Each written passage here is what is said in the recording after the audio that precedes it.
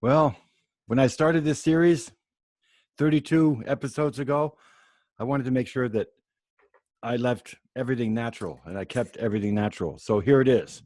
I have my tea this morning and I have my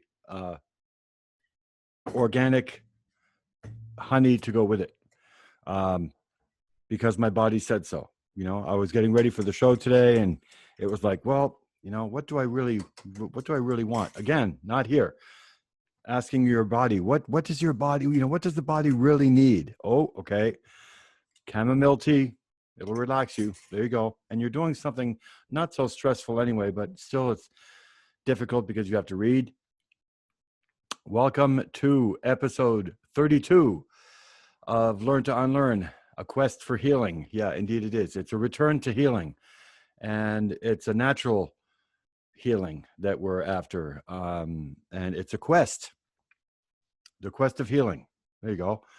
In a natural form. And this show is just a basic chronicle of what happens every week. And surprisingly enough, there are things that go right and wrong every week. Today, well, I'm going to be reading a little bit, so don't mind me because it's really important for me to read to you. And this is kind of a structured episode because I sat there in my lazy boy yesterday and I said to myself, what do I want to talk about? What's really, really important? What would I like them to talk about if it was not my show? And I came up on bullet points, and a couple of them, for example, are forming new habits, and more water and more water. And I want to explain those two first because it's really important that we get things straight and that everybody knows what I'm doing since I'm here doing my shows every week. It'd be fun for everybody to know what's going on. So about forming new habits. This is what has happened ever since I started healing. Your body starts to want to eat different things. All of a sudden it's like you're not in control anymore up here. It's your own body deciding. So everything's different. It was greens, and it was thanks to a doctor that started me on greens and almost made me vomit on greens for 5 days. She said I only made it up to 2.5, and I said, what are you trying to do, kill me? And she said, no, that's a detox. And it sure helped. And after that, it was greens. It was developing a taste for teas like I had, for a while in my past, teas and avocados as well, other stuff. It tends to help you develop better eating habits, and it's a lot wiser too. Now that the spirit is attentive to the body and what the body wants and needs, and that is so important. And talking about what it needs, well, I have to tell you, they say drink a lot of water, right? Not fluoridated water either. Again, forming new habits, hanging around good people that, that want your best, not the ones that are, that are hard to be around or that are difficult or that are negative or, spirit is very attentive, and it's really, really important. Water. Yes, we were saying before I get straight off course again by something else. Water is really, really important.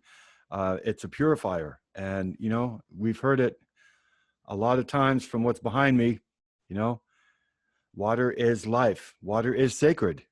And it's really true. We are made of how much percentage of water? Over 90%, as most people already know. So everything adds up. So the body's always trying to heal itself, right? Okay, what does it need? It needs herbs. It needs spices. It needs good things, good natural things for it. Not try and eat less out of a box.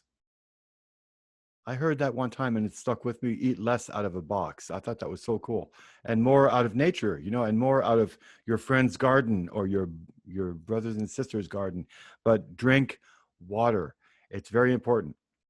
Even if it's, water with lemon, the lemon juice, or put a lemon in it or a lime in it, whatever. But water is really, really good, and it really helps. On a spiritual side, because of the fact that bringing myself back to health and thinking positively and living in the middle, like my grandmother used to say. The truth is somewhere right in the middle. So if somebody tells you one thing and you believe another, chances are the truth is straight down the middle. I was blessed to do a 4-day fast / prayer retreat in the mountains of Quebec, along with the Mi'kmaq, who were getting ready for their Sundance, and they had to do that 4 times in 1 year, and then they do the Sundance.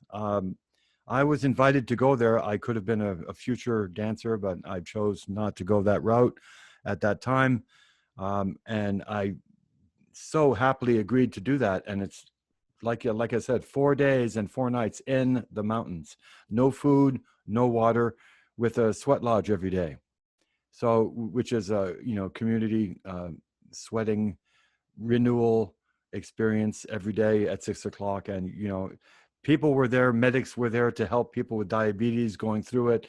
There were all kinds of really, really good things. It was done with good intention. So, long story short, I saw firsthand what healing can really do to the body. You are in charge. You are there because you decide to stay or go. It's up to you. You learn sacrifice. And it's through appreciation and prayer and just gratitude. And you're by yourself. You can leave anytime you want. The car is right there. And at the end of the 4 days, I asked if there was a fifth one. They told me no. All the way through that process, it was like I was appreciating how I was learning how to appreciate the body's natural way to want to heal. So when people talk about moderate fasting nowadays, or 24 hours or something, but you drink water, that's fine. Your body does it, it loves it. It welcomes it. That's what we have to be doing. It's loving our body, really. It's taking care of it, and it actually eats its own fat cells up. It's really, really good for it. And the trick, I think, in everything else is to want it, not to be told to do it. You're enjoying the ride. It's for you and only you. And you're learning how to grow inside because that's what you want, and you heal. And this is what this journey is all about. Creator willing. You're not there for someone else. You're not doing it because somebody else told you to go do it. It's sacred, and it stuck with me, and it became a way of life, So now when we eat, we give thanks. Everything we do, we give thanks. You peel an orange, you give thanks. It's like animals, plants, vegetables, fruits, they're literally giving their lives so that we can live. That's a concept that we should discuss sometime. The other thing I wanted to touch on really quickly today was learning to live the difference.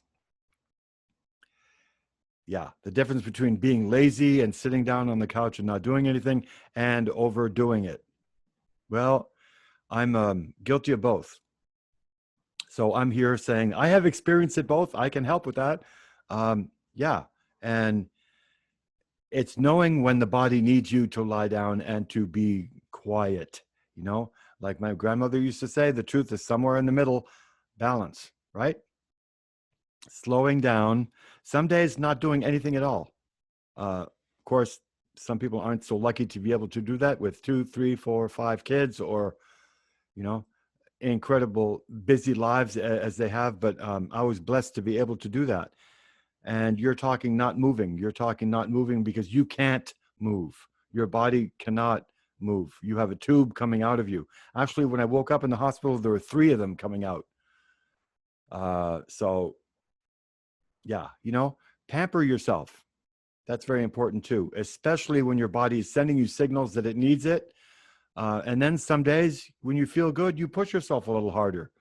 Go to the range a little bit longer. You try new things out, new ideas, new plans, new objectives, new habits.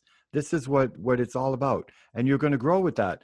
If you sit back and you say you don't feel good and you're not doing anything, that's exactly what you're going to manifest. But if you sit there like a fool on camera with your coffee, or your tea, sorry, and your organic honey, careful, don't hit the microphone. um, you can't fail, right? So if I do go, it might be because I get hit by a car or something. The joke was between my 92-year-old neighbor who has cancer in her nose and through her face that's crawling all over her, and she has a really hard time living, but she's so courageous that I find good energy from her and positive, uh, positive intention from her. So we become really good friends and helpful to each other. So, uh, she's a real inspiration for me, and she has it a lot worse. So she's 92 as well. We the joke was between the two of us. We didn't know who was going to outlast who. We didn't know who was going to go first. That's how scary it is because you could have an internal hemorrhage and you wouldn't know it. You do something wrong, you carry too much weight, or anyway, it's all about knowing, because all of those are unknowns. What I just said, oh, you didn't know how much you could carry. Oh, you didn't know what not to do.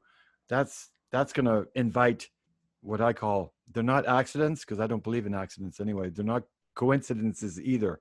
They're brought on by your own ignorance. So it's really important to understand, as scary as it is to be on your own, yeah, as scary as it is when you're bleeding and you don't know when it's going to stop. Like today, a couple of times I had to sit there and keep washing it and keep washing it and keep washing it and waiting, and it was bleeding and it kept bleeding and bleeding, and it didn't want to stop. Of course, you're not feeling any pain, you're not feeling woozy, you're not feeling lightheaded or anything. So everything's okay. You don't have any symptoms, but it's still scary as hell because you don't know what's going on. And this is what this is all about. My show is about sharing what it's like to heal on our own. When, let's say, there's no electricity and no hospitals or no ERs or anything, like I said in the last show, this is what we should do. We should be trying to develop a new way of being, like a metamorphosis, and to change our complete way of thinking, way of living, way of acting. Can you imagine if we were good people and all we did was do good for other people? It'd be incredible.